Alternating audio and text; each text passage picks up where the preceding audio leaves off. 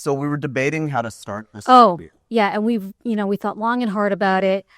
We really wanted a hard-hitting question for our first question. So I think you're going to be impressed by this. You're going to be very big trouble. We were going to get into, there's a lot of big issues facing Canada right now, but we wanted to start with this.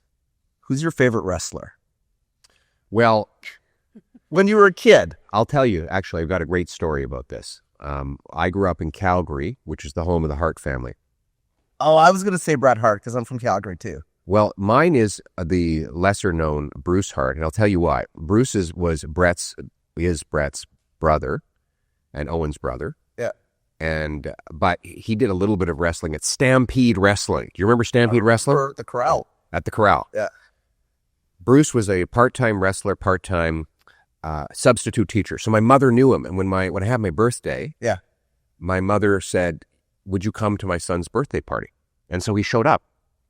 And my dad built me a wrestling ring out of PVC pipe and ropes that he got over at the local Home Hardware, and built it on our front lawn. We had all these kids that were there wrestling on this homemade mat. And Bruce Hart came and taught us some moves. And then my buddy, his name is Jaron Chaska, his dad owned a funeral home. Okay. So they pulled the coffin out of the back of the limousine, so that we could actually take a limousine as 10-year-old kids to go to Stampede Wrestling. Or we actually, but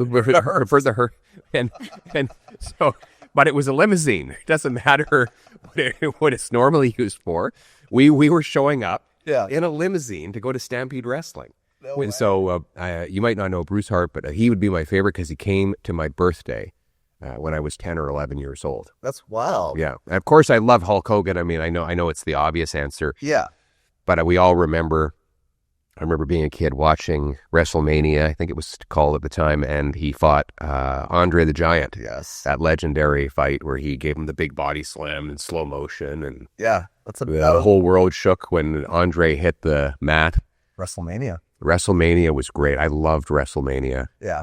That was on in my house all the time. But the reason I start with wrestling is because I understand when you were a teen, I think it was around 14 or so, you had this injury. Yes. And that you were very into sports, into wrestling, into hockey.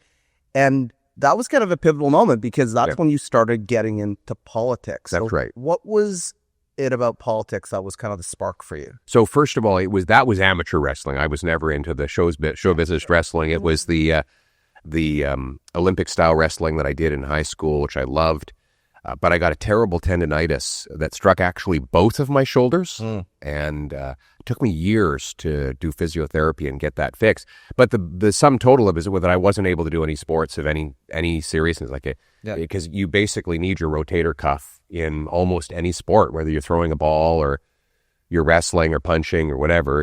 It's the force is going through that shoulder.